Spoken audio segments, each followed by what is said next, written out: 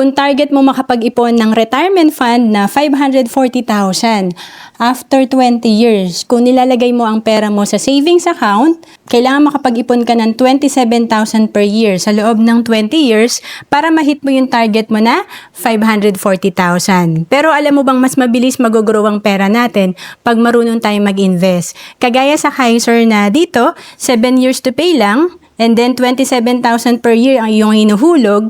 Sa total na nahulog mo na 189,000, after 20 years, ang projected fund mo sa Kaiser nasa 524,000. Ang Kaiser ay good as cash after 20 years.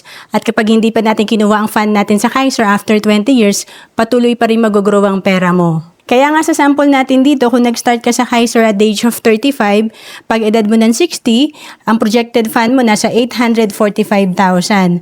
At kung mas maaga ka nagsimula sa Kaiser, like at the age of 30, ang projected fund mo pag edad mo ng 60 ay nasa 1.3 million. Ang Kaiser Savings Program ay tinatawag namin na 3-in-1 or level 1 investing kasi dito tatlo na yung meron ka. Sa Kaiser, meron kang healthcare, life insurance at investment. Ito ay 7 years to pay lang at 20 years ang maturity. At kung OFW ka, pwedeng-pwede ka sa Kaiser kasi we have online application. To know more about Kaiser, message mo lang ako sa Facebook, Ro Ancelis Capistrano.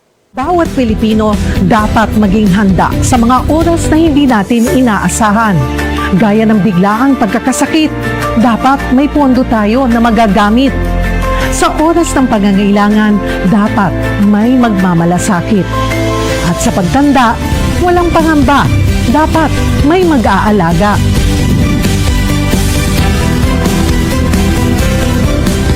Ganyan mag-alaga ang Kaiser. Yan ang dapat.